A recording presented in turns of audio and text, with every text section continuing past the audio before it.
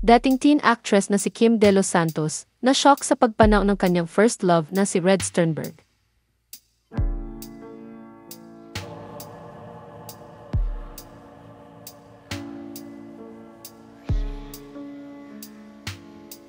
Nagluluksa ang dating teen actress na si Kim De Los Santos sa pagkamatay ng itinuturing niyang first love na si Red Sternberg.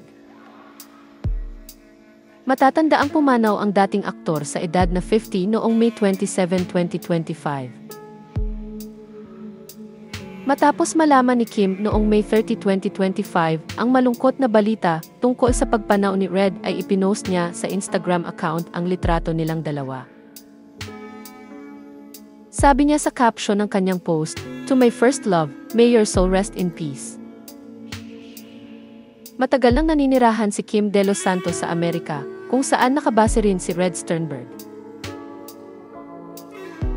Nagkakilala sina Red at Kim sa Kapuso afternoon youth-oriented program na TGIS o Thank God It's Sabado, kung saan si Red ang gumanap bilang Kiko Arboleda de Dios at si Kim naman ang gumanap bilang Tere Gonzaga. Nakapanayam ng pep.ph si Kim sa pamamagitan ng Facebook Messenger, at doon ay nagsalita siya tungkol sa masasayang alaala nila ni Red. Kwento ng dating teen actress, naging magkarelasyon sila ni Red noong 1996. Ayon pa sa kanya, "I was 15 years old then and he was 22. 9 months lang ang relasyon namin. My fondest memory about Red, when I never told my dad that he was my boyfriend, but my dad told him to take good care of me."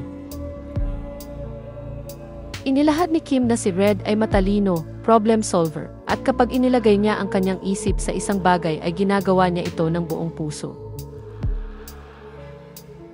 Bukod pa rito, sinabi pa ni Kim na may isa pang admirable trait si Red na nagmarka sa kanya. Ayon sa kanya, he was respectful. "I wasn't ready for intimate relations so he told me he understands." Sinabi rin ni Kim na nanatiling magkaibigan daw sila ni Red kahit hindi nagtagal ang relasyon nilang dalawa. Dagdag pa niya, hindi raw sila nawala ng komunikasyon at pumasok pa sa isip niya na magkaroon sila ng podcast, kaya labis daw niyang ikinabigla ang pagpanaw ni Red. Anya, "We still talk from time to time, that's why it shocked me. I was asking him if he wanted to try a podcast or something for the fun of it." Sa kasalukuyan ay nagtatrabaho bilang nurse sa Texas si Kim De Los Santos. Pumanaw si Red Sternberg ilang araw bago ang kanyang 51st birthday noong May 30, 2025.